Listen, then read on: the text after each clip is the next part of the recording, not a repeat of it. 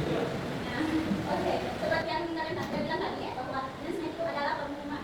Nah, oke, di sini ada bahasa Inggrisnya, tapi di sini bahasa Inggris. Saya tuh nggak bisa bisa baca ini contohnya. Coba baca. Oke, what is announcement? Announcement is one of the short process constitutional text in English. Word of announcement atau ini make a formal public declaration about a fact, promise, or information. Announcement is a copy of notification about something, whether written or spoken, which is present to show the public. Ada yang artinya? Tahu dong ini bukannya. Oke, nah, seperti yang dibacakan tadi oleh Mas Naya, bahwa announcement is one of the short fractional text. Pengumuman adalah salah satu teks fungsional pendek. Ada yang tahu dari teks fungsional ini apa? Pernah dengar tidak kata teks fungsional? Teks fungsional itu adalah teks yang tentang pemberitahuan, perintah atau pesan yang kita gunakan dalam kehidupan sehari-hari kita. Nah, teks fungsional ini juga dibuat tidak untuk bercerita atau menghibur. Jadi kalau teks fungsional itu sudah paham? Tadi teks fungsional itu digunakan dalam kehidupan sehari-hari ya. Kira-kira jika cerpen termasuk teks fungsional atau tidak? Yang lain? Oke, kalau tidak, kenapa tidak? Karena dari mana yang tadi?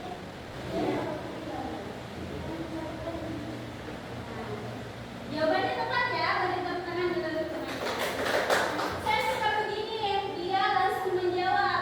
Jadi kalian jangan ragu untuk menjawab, terlambat saja. Itu akan membuat kalian secara spontan langsung. Jadi kalian mempunyai pengalaman seperti itu. Nah, tadi apa lagi? Cerpen itu tidak termasuk teks fungsional. Karena apa tadi ya?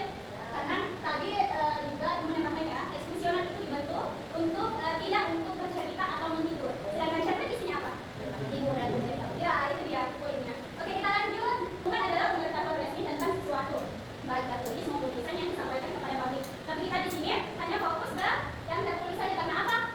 Ini dia announcement text. Oke, selanjutnya adalah tujuan dari announcement text. Oke, yang pertama coba dibaca semuanya. Menyampaikan informasi penting.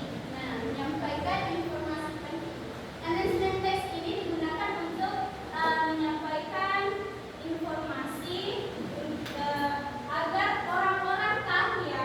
Itu juga akan membantu memberikan keselamatan dan memberi kenyamanan untuk kita semua. Nah, contoh dari menyampaikan informasi penting itu seperti contohnya tadi ya, di sana ada kata-kata ya yang ada itu jembatan yang rusak ya. Di situ bisa ada pajangan poster sebuah pengumuman. Di sana jalur ini dilarang untuk dilewati. Nah, itu adalah menyampaikan informasi penting yang membantu keselamatan atau kenyamanan bersama kan. Nanti sisinya itu sebab-sebabnya kenapa jalan ini tidak boleh dilalui. Seperti contohnya sudah dia. Nah, yang kedua coba baca lagi. Memberi pemberitahuan tentang suatu kegiatan atau peristiwa. Nah, memberi pemberitahuan tentang suatu kegiatan atau peristiwa. Nah, contohnya itu seperti acara ulang tahun, acara sekolah, apa, lomba, apa lagi? Dan pemberitahuannya banyak ya. Nah, contoh dari suatu kegiatan dari acara sekolah. Kira-kira ada yang bisa? Bisa. Ya, lagi kemarin? Ya, itu bisa. Itu termasuk announcement text ya. Nah, yang ketiga apa? Coba dibaca lagi ya.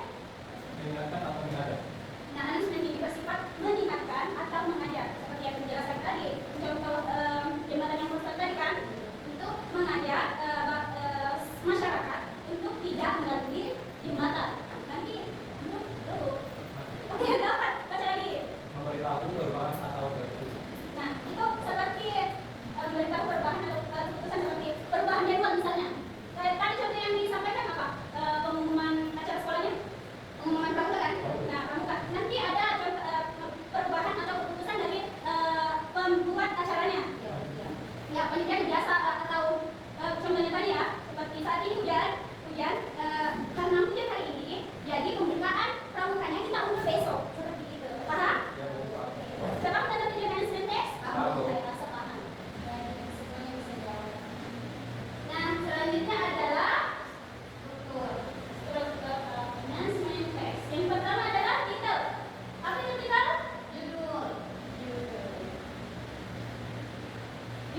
Bisa dibaca, Kevin.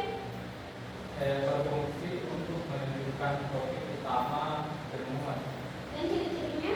Ciri-cirinya singkat, langsung, jadi menarik perhatian pembaca. Ya.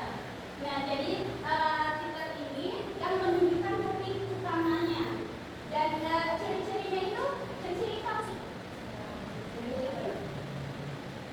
Apa ya? Tahu tapi tidak bisa lihat ada Oke, ciri-ciri itu kata lainnya karakter. Ya. Iya, pasti jam 3. Oh iya. Nah, ciri-ciri yang pertama adalah singkat. Nah, kalau contoh kita yang panjang itu bukan coba sebuah judul panjang banget lewat dekade banget belum sudah membaca pengumuman terus langsung ngegas motornya apa bikin kata kalau judulnya panjang. Oke, yang selanjutnya adalah langsung ke intinya itu kata yang digunakan dalam judulnya jangan bertele-tele, langsung ke intinya. Contohnya ada di sana. Mas Nas, silakan dibaca. Important announcement, school announcement, notice, to all students. Oke, artinya apa?